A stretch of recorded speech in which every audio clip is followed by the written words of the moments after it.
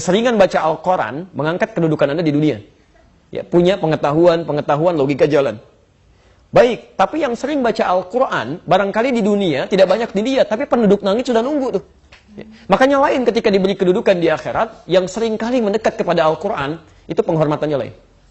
Demi Allah saya katakan, hadisnya luar biasa, Bu. Kalau ibu nggak siapkan sekarang, loginya luar biasa. Ya. Orang-orang tuh masuk surga, diperebutkan oleh pintu surga.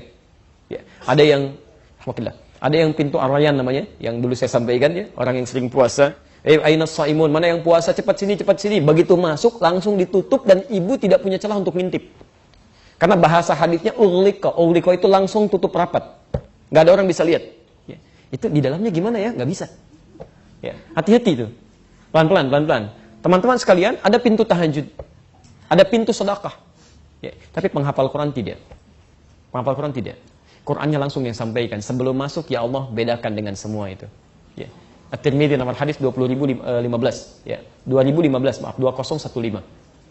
Ibu sekalian, lihat bahasanya.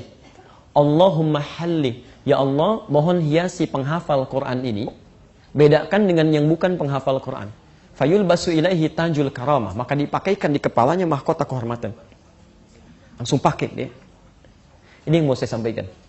Kalau ibu belum menghafal, setidaknya siapkan keturunannya untuk bisa menghafal Quran. Atau fasilitasi orang lain untuk bisa menghafal. Ya.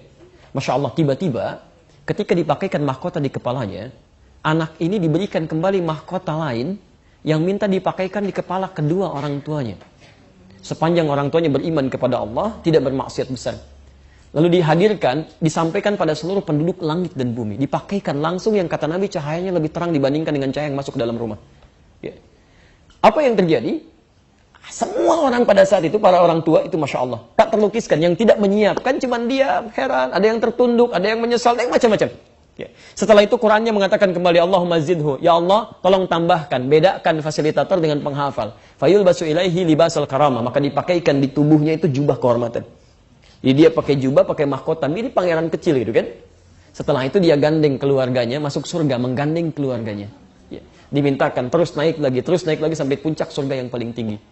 Itu ada tafsirnya di Quran surah ke-35, ya, Fatir ayat 33, posisi paling kiri sebelah atas, dengan di Quran surah ke-52 ayat 21, At-Tur. Quran surah 35 ayat 33 dengan Quran surah 52 ayat 21. Saya melihat kecenderungan sekarang, Bu ya, hati-hati ya. Ada orang yang seringkali berlomba mengejar dunia, tanpa sadar yang sering dikecilkan, itu sudah menyiapkan akhiratnya. Menyiapkan akhiratnya gitu kan.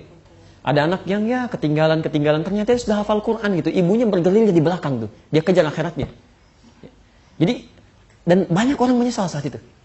Ya, karena saat orang masuk surga itu bergantung salah satunya, tempatnya bergantung salah satunya dengan seringnya bacaan Quran yang dia baca. Ya. Jadi kalau ibu misalnya wafat, dalam keadaan sering baca Quran 5 ayat, itu nanti saat masuk surga, diminta baca Quran yang biasa dibacakan. Ya. Iqra, waqar, sekarang kamu bacakan, dan silahkan kamu naik sesuai dengan bacaan Quranmu. Fa inna akhira qira'atika akhiru manzilatika. Akhir bacaan Quranmu di situ tempat tinggalmu. Jadi ketika ibu sampai ke wa ulaika humul muflihun, di situ tempat tinggal ibu. Tiba-tiba yang di sampingnya kemudian naik lagi terus sampai 10 karena dia baca 10 ayat. Maka yang 5 kemudian menyesal, ya Allah, kenapa dulu saya enggak baca sampai 10? Yang 10 pun menyesal karena yang di atasnya ada yang sampai 20. Yang 20 menyesal karena di atasnya ada yang sampai 30. Ya, yang 30 juz terus naik sampai ke puncak paling tinggi. Itulah sebabnya anak-anak Palestina yang usia 4 tahun, 5 tahun, termasuk kami di Libya dulu gitu kan. Itu kalau Anda yang sudah hafal Quran 30 juz, temannya baru setengah Quran, dia akan katakan, ini canda anak 4-5 tahun. Nanti saya di surga dadahin kamu ya masih di bawah katanya. Bisa nggak ibu bayangkan?